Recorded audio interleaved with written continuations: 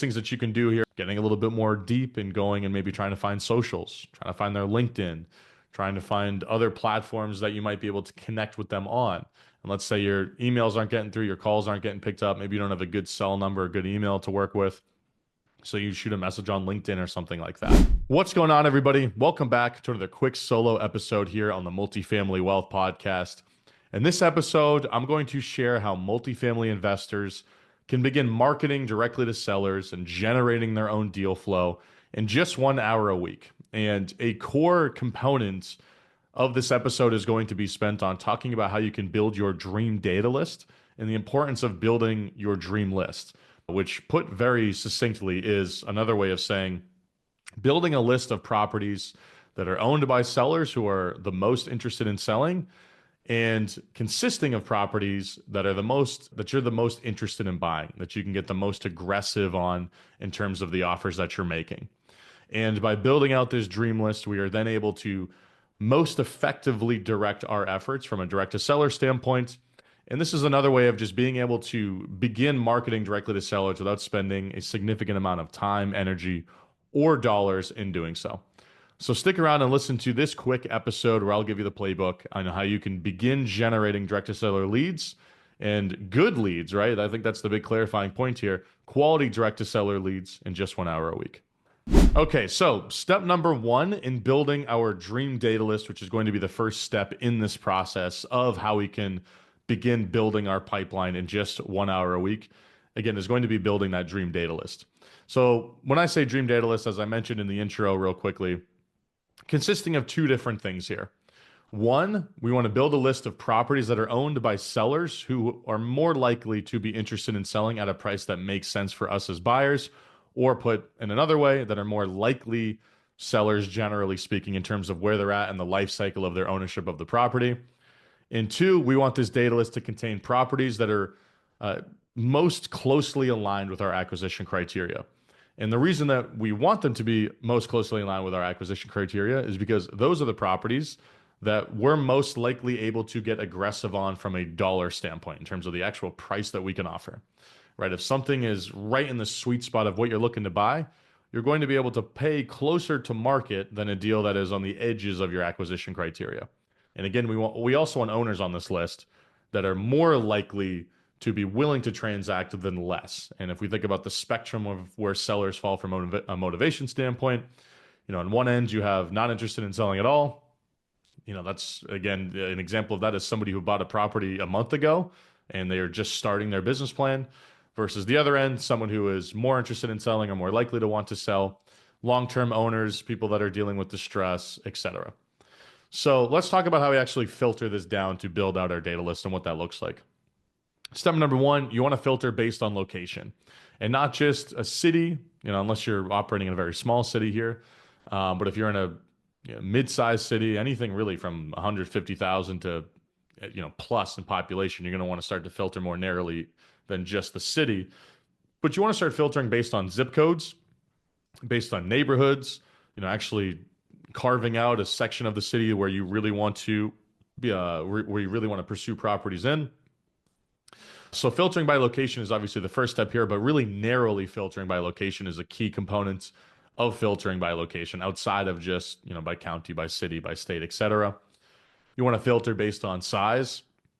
Let's say your acquisition criteria is, you're looking for 5 to 20 unit buildings, but you really want to look for, kind of 6 to 12 unit buildings. Like those are the buildings from a size standpoint that you're most able to pursue aggressively.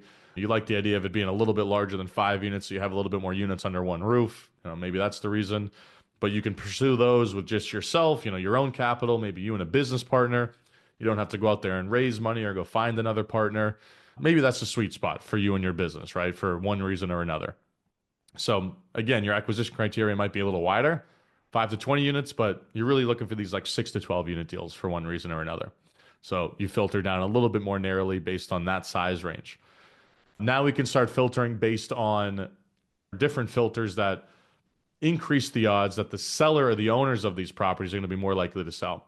Now, number one, length of ownership is going to be the easiest way to do so. The longer a seller has owned a property, the more likely they are going to be willing to sell, right? Somebody who's owned a building for 10, 15 years is going to be more likely of a seller than someone who's owned a building for 2 or 3 years because they have more equity. They've probably done everything they can do from a CapEx standpoint. If not, there's maybe some CapEx coming around the corner that they don't want to deal with. Maybe they're just older. They've been investing in real estate for longer. They're more interested or they're more likely to want to sell and get out of the business entirely than someone who just bought a building. So length of ownership is really going to be the easiest kind of lever to pull here. If you really want to ensure that these owners have equity and are more interested in selling than not, or more likely to be interested in selling, 10 plus years length of ownership could be, the top end of your filtering, maybe down to 5. I think anything 5 plus, I think is still going to be a good list to market to. But the goal here is to start pulling these different levers to filter this broader list down in terms of you're starting with a city from a location standpoint. We're filtering down based on zip code or by neighborhood, starting with a broader size range in terms of your acquisition criteria. Now we're filtering that down to make that tighter. Starting with no filters based on length of ownership. Now you're starting to filter that down. The goal here is you want to get your list down to around 150 to 200 properties. And this is a big key point here, assuming that you remove duplicates. And when I say remove duplicates, I mean that you're removing duplicate mailing addresses from that list. Because it's likely, as we know, that one owner or one investor can own many different properties. So what you want to do when you're working through this on ListSource, or if you're doing this on another data platform like a Reonomy or another platform, make sure you remove the duplicates when you're actually looking at the list size to ensure that, again, you have unique owners on this list, not just a list of properties. So again, we want to get this list down to around 150, 200 people or 200 records, ideally owned by 150 to 200 owners, which gives us a nice list to begin marketing to. And it's one that we can really easily manage. It's a very small list that we can market to and prospect to in multiple different ways, which I'm about to get to. But generally speaking, try to get your list down to that size.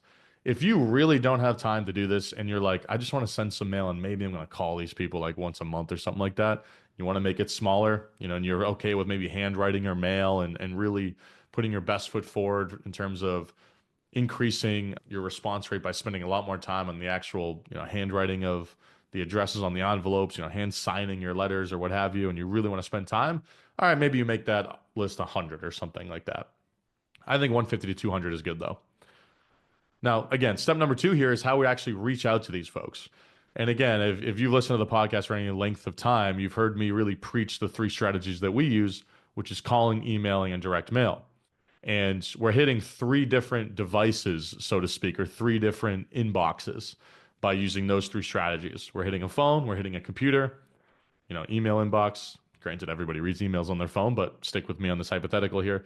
We're calling your phone, we're emailing your computer, and we're sending mail to your mailbox, right? That's kind of the exhaustive approach that makes it the most likely we're going to get in touch with the owners that we're prospecting and marketing to.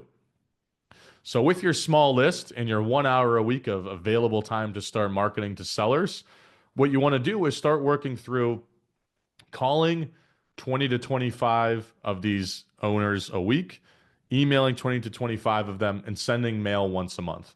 Now, or excuse me, once a quarter.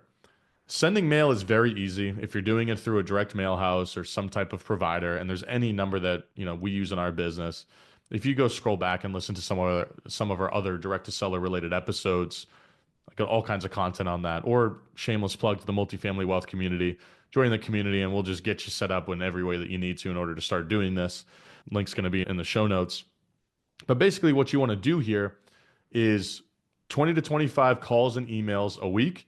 And over the course of a month, you're going to be getting through 100, 150 or so, depending on your volume and how many calls and emails you're sending. It's not going to take you that long. If you make 20, 25, cold calls, you're probably going to chat with 3, 4, 5 individuals, maybe a few more if you get a higher hit rate. But again, this is going to be dependent again on your data integrity and your data quality a little bit. But generally speaking, you're going to have a few conversations a week. And when you send these emails, that's not going to take a significant amount of your time either, because you're going to be working off templates, maybe personalizing it slightly for each individual owner, talking about maybe the deals that you own around the corner in that particular neighborhood, talking about how you used to drive by that property all the time when you worked down the street or when you went to college down the road or what have you. So you can spend a little bit more time in the email, really personalizing them.